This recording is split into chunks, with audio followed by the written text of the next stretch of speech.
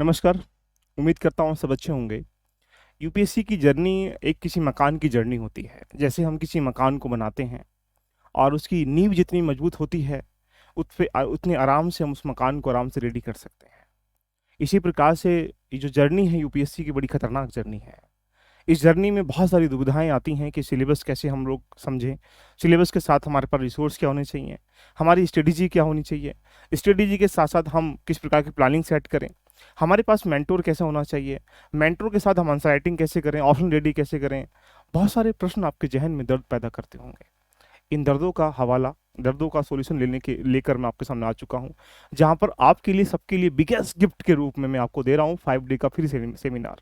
इस सेमिनार में क्या समझेंगे, तैयारी कर रहे हैं आप सिविल सर्विस एग्जाम का, चाहे यूपीएससी का, चाहे स्टेट पीएससी का। सबसे पहली नीड किसी एग्जाम क्रैक करने की होती है कि उसका स्ट्रक्चर क्या है, उसका सिलेबस क्या है। अगर आपने उसके सिलेबस को समझ लिया तो आधी तैयारी आप वहीं से कर पाएंगे। इंडिया का टफेस्ट नहीं, पूरे वर्ल्ड का टफेस्ट एग्जाम यूपीएससी है, और साथ में पीसीएस भी टफेस्ट एग्जाम है, उसी लेवल पे लगातार चलता है। तो मैं आपके लिए लेके आ चुका हूँ 1 जून से आपके लिए गिफ्ट दे रहा हूँ, और ये 1 जून से कंप्लीटली लगभग 5 डे का मैं सेमिनार रखा हूँ। सेमिनार रखने का मेन पर्पस क्या है? सब लोग पैटर्न को तो जानते हैं कि यहाँ 3 पैटर्न होते हैं, प्रीलिम्स, मेंस और इंटरव्यू।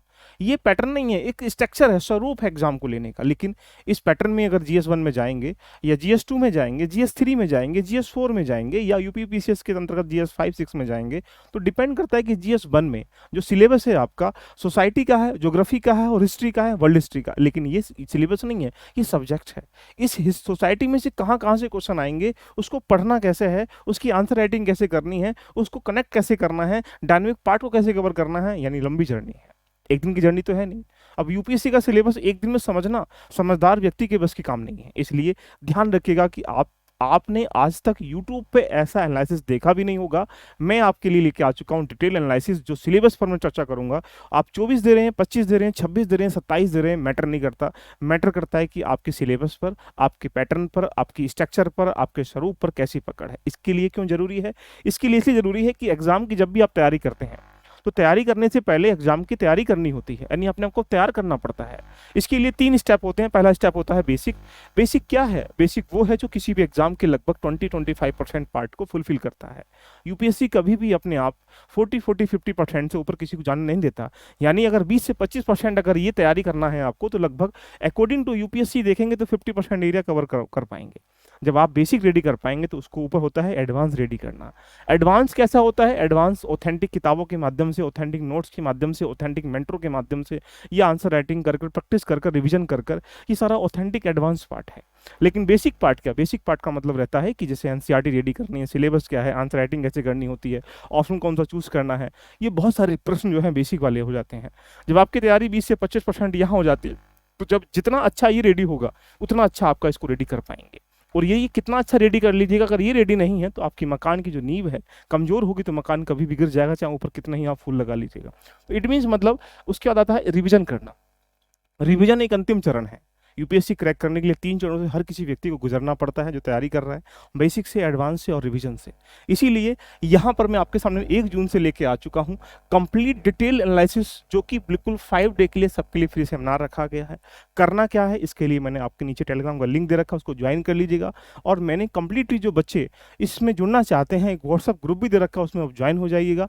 और साथ में 1 जून से हम सिलेबस पे पकड़ बनाएंगे। सिलेबस पे कम से कम 3 दिन प्रयास करेंगे। 3 दिन मतलब जीएस 1 को क्या सिलेबस होता है, कहाँ से पढ़ना है, क्या रिसोर्स होते हैं, क्या स्ट्रेटेजी होनी चाहिए, कब पढ़ना चाहिए, कैसे पढ़ना चाहिए और किस आधार पर पढ़ना चाहिए, एक एक चीज़ पे काम करेंगे। ऐसे ही जीएस 2, जीएस 3, जीएस 4 सब पे काम करेंगे। उसकी स्ट्रेटेजी क्या होनी चाहिए, स्ट्रेटेजी मतलब नोट्स कैसे बनाएं या अंडरलाइन क्या करें, सारी चीज़ें हम आपके सामने डिस्कशन करेंगे। रिसोर्स क्या होने चाहिए, एडवांस पॉइंट का मतलब है कि यदि आप ये मान रहे हैं कि आप जैसे एथिक्स पढ़ रहे हैं, एथिक्स का अकॉर्डिंग क्या, एथिक्स एक सबको मिलकर बनाया गया एक सब्जेक्ट है, उसे हमें कैसे कवर करना है।